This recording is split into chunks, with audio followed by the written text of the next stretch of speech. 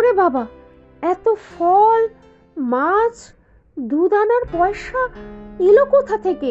জমানো টিউশনির টাকা সব খরচা করে ফেললে হবে কি করে রে?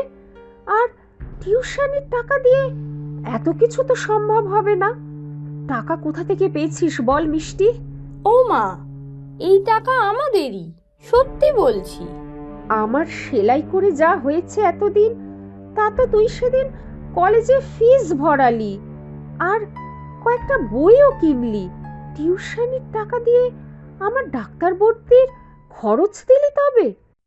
আমাদের আলমারিটা গোছাতে গোছাতে বাবার একটা পলিসি খুঁজে পেয়েছিলাম, সেখান থেকেই টাকাটা পেয়েছিলাম। ব্যাংকে গিয়েছিলাম তো। একদম মিথ্যা কথা বলবি না মিষ্টি। তোর বাবার কি আছে না নেই আমি কি জানি না? তুই দাদুর কাছে হাত পেতেছিস না? ছি ছি, এত পয়সার লোভ তোর! খুব আরাম চাই না তোর? এইসব কি বলছো মা তুমি?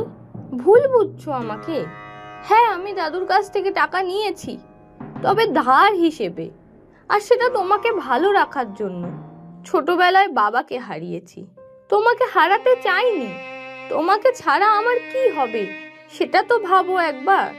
যে মানুষটা তোর বাবাকে পছন্দ করতো না, সব সময় কথা শোনাতো, সেই মানুষটার কাছেই হাত পাতলি?